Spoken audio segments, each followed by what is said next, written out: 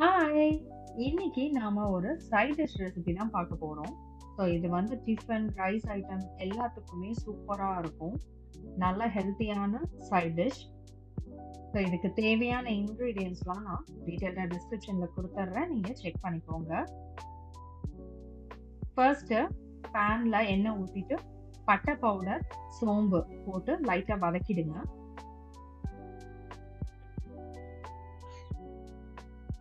Next நம்ம slice பண்ணி வச்ச ஆனியனை நல்லா வதக்கிடலாம்.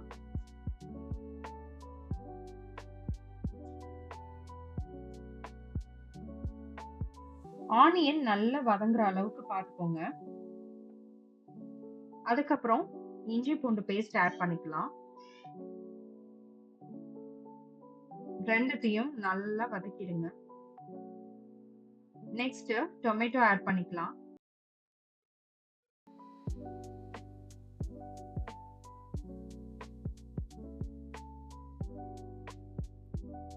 அதையும் நல்லா சாட்டே பண்ணிருங்க.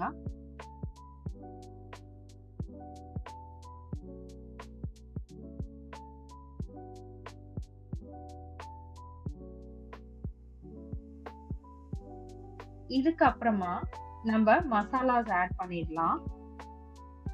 மஞ்சத்தூள், மிளகாத்தூள், கொஞ்சம் கரம் மசாலா, அப்புறம் மல்லித்தூள்.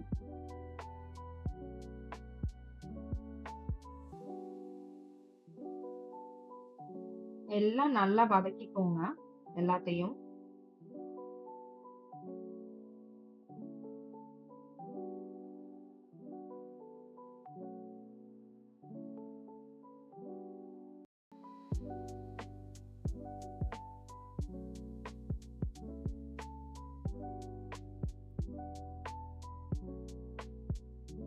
ஒரு 5 மினிட்ஸ் நம்ம மூடி போட்டு வச்சிடலாம். ஸோ நல்லா வதங்கிடும்.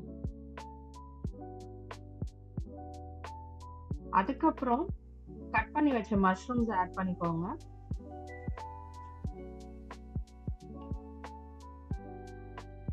ஸோ மஷ்ரூமே வந்து கொஞ்சம் தண்ணி விடும். ஸோ நீங்க வந்து தனியா தண்ணி ஆட் பண்ண வேண்டாம்.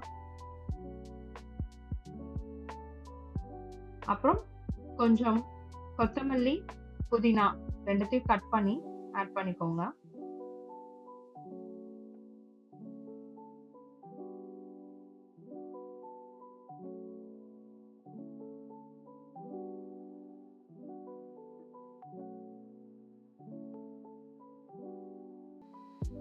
இப்ப நம்ம கட் பண்ணி வச்ச டோஃபுவை லைட்டா தோசை கல்லுல போட்டு டாஸ் பண்ணிக்கலாம்.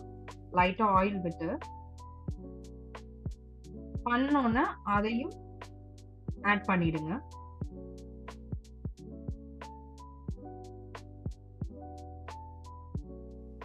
ரொம்ப சிம்பிள். இது வந்து இந்த கிரேவி வந்து வெரி சிம்பிள். ஆனா ரொம்ப நல்லா இருக்கும் டேஸ்டியா. இப்போ கீ ரைஸ்க்குலாம் வச்சு சாப்பிட்ட போது அவ்வளோ டேஸ்டா இருக்கும். ஸோ சப்பாத்தி, தோசை எல்லாத்துக்குமே வச்சுக்கலாம்.